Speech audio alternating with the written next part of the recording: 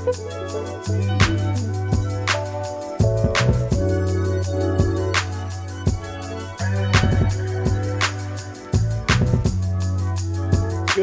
day, ladies. How you doing? Great job on the show. I want to ask you both, what did you learn most about your character from last season, and where do you hope for that character to grow into for season two?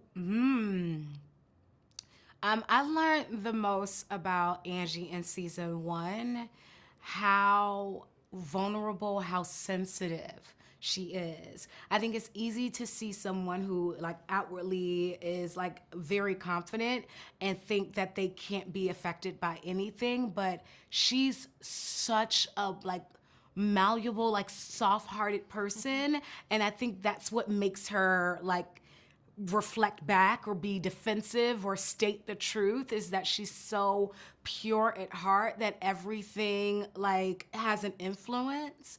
And so I learned just about how the strongest people, or sometimes the outwardly most toughest people, can be the most tenderhearted, and it just gave me a little bit more grace when dealing with people that I'm like, oh, you strong. Yeah. That's so funny because mine is like the exact opposite. It's like, when you see someone like Quinn who is, up here in her energy, and she's got this like, hopeful romantic or hopeless romantic, I guess. And, her naivete, there's a softness to her. But what really surprised me was how bold she was and how confident she was in certain decisions, even if they were not the right decisions for her in that moment, just her risk taking and her bravery. And so I think so it's nice to kind of see that juxtaposition with both of these characters. And again, that's their yin and yang, why they're so great for each other. Yes. Yeah.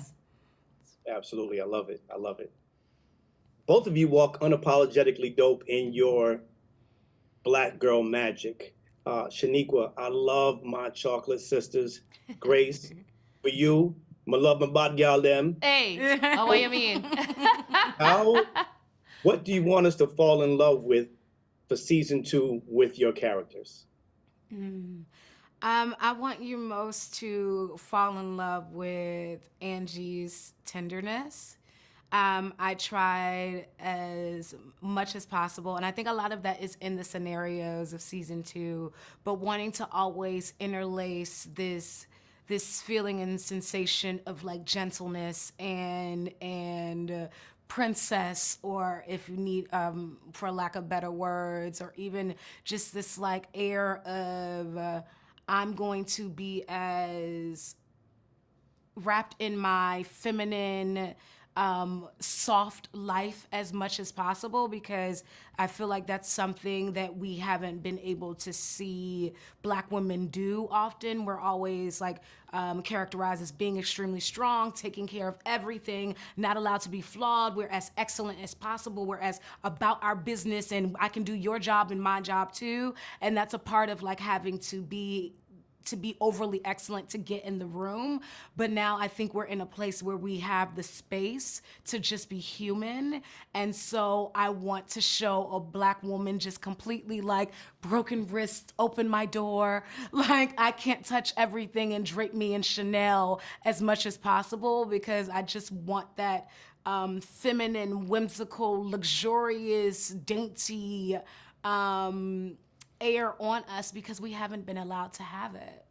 Yeah, and I think for Quinn, it's the vulnerability. So it's still in that same like realm, right? So it's like, there's so much vulnerability for Quinn in her journey as she journeys that in new relationships, in new versions of love lives, as she's negotiating and navigating mental health. As she is kind of, having to have difficult conversations with her family. And so all these things, I think, crack open a different type of fragility for her. And I think it's just, I really, really hope that people enjoy just seeing her yoke open, for everybody to really kind of sense that humanity and that rawness with Quinn. Thank you both. I can't wait to see how this unfolds. Love to both of you. Thank you.